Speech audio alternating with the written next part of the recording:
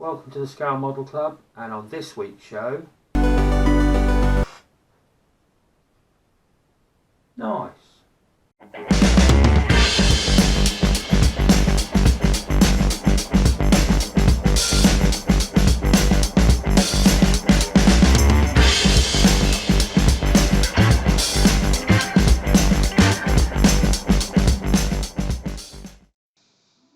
Hello, welcome to the show. On this week's Scale Model Club, we will be painting the last Australian Spitfire. Sorry I've been away, had a couple of weeks on holiday, so getting back to it now. So in the previous video we built the Spitfire. This is as far as I've built it. Still got wheels and prop to go on, and it's been filled and undercoated with the Vallejo grey primer. And this is me spraying the bottom half of the Spitfire with Vallejo paints this time. We tried the ammo paints on the Hurricane and they didn't go well with my airbrush. They were a pain. So this is the Vallejo RAF day colours from 1941 to 45. It's a good little set. You get loads. You get the pink if you want to do the pink Spitfire, and you basically get all the greys and greens. So this is medium sea grey for the bottom, and once I've painted the bottom, we'll have a little bit of a mask up so that the paint doesn't go on it. I don't go mad with the masking because I like a little tiny bit of overspray. Because none of the aircraft were ever painted brilliantly, because more than likely they were painted by hand, so I like to leave a little bit of an overspray. If you spray straight down onto the wing like that, you won't get much paint on the bottom at all. So that's that mast, and the top half we're going to spray with ocean grey from Vallejo. And I must admit, the bottom grey didn't put anything in it. Straight in the airbrush, straight on the plane, no problems whatsoever. So at the moment, I think I might stick to my Vallejo paints rather than the MIG ammo, which is a shame because I've got a US aircraft MIG ammo stuff as well. Maybe it's the pigments that make the difference. But as you can see, this one sprayed straight on. Thanks for watching, everyone. Thanks for staying tuned. Make sure you like and subscribe. Push that notification button to see more videos.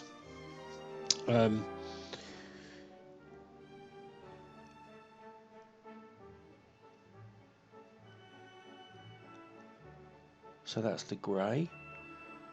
Let that dry, and now I'm going to freehand on the green, which is just dark green. It's just a short video this week because I just wanted to knock a quick one up to try and get one out for you guys, because obviously I missed the last 2 Fridays. I mostly do my camo freehand. I don't like copying the box art because if you go a little bit wrong, you get a bit upset, and camouflage is supposed to be a random pan. So we just do a couple of stripy bits on the wing, and as you can see, I can still get a tight line with it. It's lovely paint. I didn't have any problems with it whatsoever. Didn't have to put thinners with it, didn't have to put a flow retarder in it, didn't have to put anything in it at all. So brilliant paint for the airbrush. I can highly recommend it. Can't recommend the MIG ammo, which is a shame.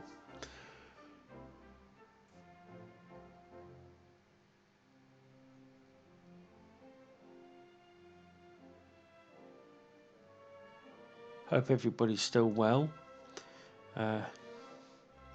looking after yourselves. Really enjoying this build, I must admit. Well, I didn't enjoy building it, but the painting side of it is giving me a bit more hope. Still got a few bits to do on the aircraft, that's why I just knocked this quick one up. This is literally just painting the aircraft itself. We've still got the wheels to make, and I've still got the propeller to knock on it, so we'll do that in the next video, and also we'll do a little bit of weathering.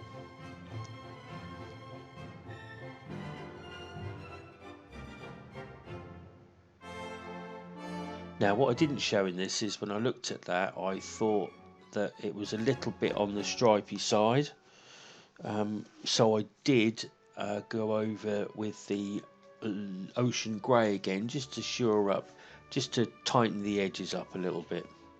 Sorry for the shadow of the sun and my blind. I should have shut the blind. And this, I thought I'll try and sort this out, because it was I could see it was wrong.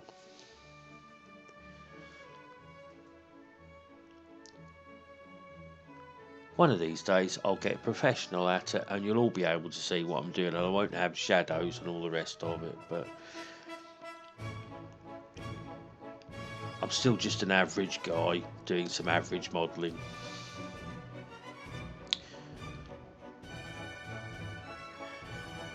Right, so the next thing is obviously on the Australian, it has white edges on the front of the wings. So that'll be the next thing after doing the green camouflage. Happy with that, looks nice. There we are, so just masked up the front of the wings. Same as I do all the masking. I use the Tamiya tape to do the edges, and then just put some larger masking tape over the back of it. And these have to be white, so I used the white that was in the kit, which is an insignia white from Vallejo. And do you know what that went on? That's got a lovely colour to it and a lovely pigment. It just went, you know, I was a bit worried because I'd already painted it green and grey, which are dark colours, but no, went straight over it, no problems. So this is the decals. I have sprayed the vehicle, aircraft, the Spitfire, with X22 clear varnish. Give it a sheen. I've put all the decals on apart from the two wingtips, which I thought I'd just show you. So put the decal in some water for 20 to 30 seconds. That's warm water. Warm water is the quicker the warmer it is, the quicker they come off. But obviously you don't want it boiling. So I then used, as you can see, Tamiya's Mark Fit. Put a little bit of Mark Fit on the place where you want the decal, and then slide the decal on. The decals on these Edard are really thick, so once they've moved about on the paper, I need a little bit more soaking. Like I said, I've got the Mark Fit, which it's my decal solution at the moment. So you put a little bit on the wing, and because you've varnished it, it won't harm the paintwork. Slide the decal off into place, and then you'll find you will, and then put a little bit of on the top, and that helps it sink down. Wipe off the excess, and then I daub a little, just in case I take some off, daub a little bit on, and you can give that half hour, 40 minutes, an hour or so, and then go back and have a look at it. If you've got a few creases or it's not quite sitting down, put a little bit more Mark Fit Strong on it, and then it'll give it another couple of hours and it'll sit in. I came back to it the next morning and everything, it was beautiful. That had all sat down. That had even on the underside, the decal had even sat into the recess where the cartridges come out of the guns. The cartridges drop out of the bottom of the wing, the little holes that are there. Once all the decals are on, I then did the varnish all over the aircraft, so that's X22 clear varnish. Gives it another sheen, gives it a good base now to do the weathering. I'll do the weathering on the next show because I'll get the I've got some oil paint that I want to try. Seen it on a couple of other videos, so I'm going to give that a go for you guys. We'll make this one a real test bed. But it came out really nicely so far, although the build is very complicated. It is turning into a really nice model. So here we go, this is the oil paint. So I've got myself some Winsor and Newton. That's the dark brown. I think it's burnt umber. No, it's not burnt umber, is it? What was it? Raw umber, and that's because it basically looked like a dirt colour. I've been told you need to squeeze out the first little bit like I did there because it has a cap on the top to stop it from going off like an oil, like a linseed oil.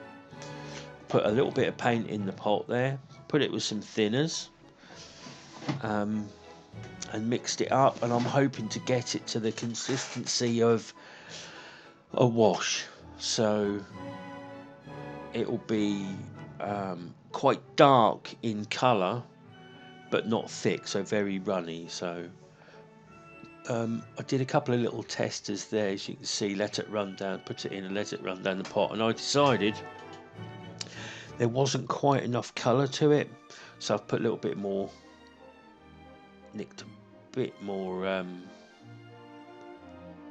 paint, and I've got a consistency that I like. I popped it onto the aircraft and it flowed round quite nicely. But not as it didn't perform like my bought washes, so I'm not quite sold on it yet. I think it might be I think you can use the oil for slightly more subtle weathering effects on things like tanks, boats, maybe aircraft, well, probably aircraft, because it took a very long time to dry, and it didn't quite give you that sort of standout. I mean, it might have been because it's on a 172 model, and you just, the problem with the 172 models are you do need a good dark colour to make the stuff stand out, because obviously it's so small, and it wasn't quite the effect I wanted. But anyway, come back next week for propellers, wheels and some more weathering.